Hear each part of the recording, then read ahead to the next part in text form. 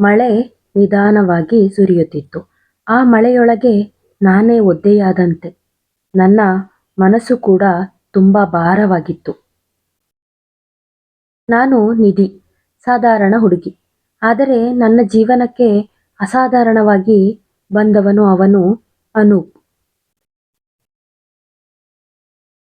ಅವನು ನನ್ನನ್ನು ಮೊದಲ ಬಾರಿಗೆ ನೋಡಿದ್ದು ಕಾಲೇಜಿನ ಲೈಬ್ರರಿಯಲ್ಲಿ.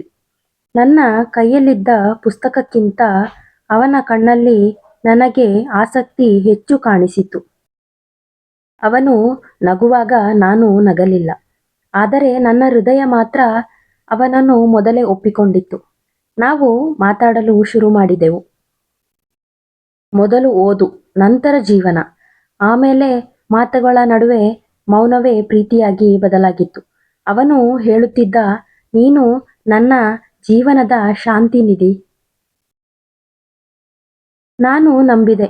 ಕಾಲ ಕಳೆಯುತ್ತಾ ಹೋಯಿತು. ಕಾಲೇಜು ಮುಗಿದಿತ್ತು. ಆದರೆ ನಮ್ಮ ಪ್ರೀತಿ ಮಾತ್ರ ಇನ್ನೂ ಬೆಳೆದಿತ್ತು. ಒಂದು ದಿನ ಅವನು ಮೌನವಾಗಿ ಬಿಟ್ಟ. ಕರೆಗಳಿಗೆ ಉತ್ತರ ಇಲ್ಲ, ಮೆಸೇಜ್ಗಳಿಗೆ ಪ್ರತಿಕ್ರಿಯೆ ಇಲ್ಲ. ನಾನು ಭಯಪಟ್ಟೆ. ಪ್ರೀತಿ ಕಳೆದುಕೊಳ್ಳುವ ಭಯಕ್ಕಿಂತ ಅವನ ಮೌನ ನನ್ನನ್ನು ಹೆಚ್ಚು ನೋಯಿಸಿತು.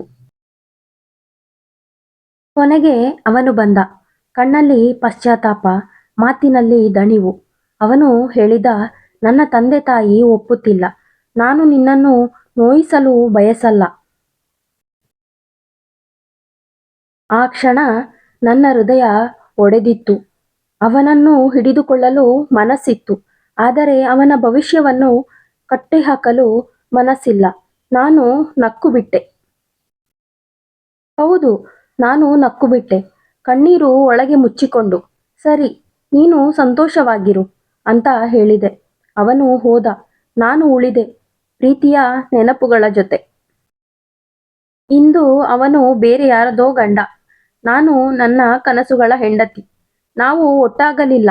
ಆದರೆ ಅವನು ನನಗೆ ಒಂದು ಪಾಠ ಕಲಿಸಿದ. ಪ್ರೀತಿ ಎಂದರೆ ಹೊಂದಿಕೊಳ್ಳುವುದು ಅಲ್ಲ, ಬಿಡಲು ಕಲಿಯುವುದು ಪ್ರೀತಿಯೇ. ಈ ಎಮೋಷನಲ್ ಪ್ರೇಮಕಥೆ ನಿಮಗೆ ಇಷ್ಟವಾಗಿದ್ದಲ್ಲಿ ನಿಮ್ಮ ಅನಿಸಿಕೆ ಅಭಿಪ್ರಾಯಗಳನ್ನು ಕಮೆಂಟ್ ಸೆಕ್ಷನಲ್ಲಿ ಕಮೆಂಟ್ ಮಾಡಿ. ಹಾಗೆ ಈ ವಿಡಿಯೋಕ್ಕೊಂದು ಲೈಕ್ ಕೊಡೋದನ್ನು ಮರಿಬೇಡಿ.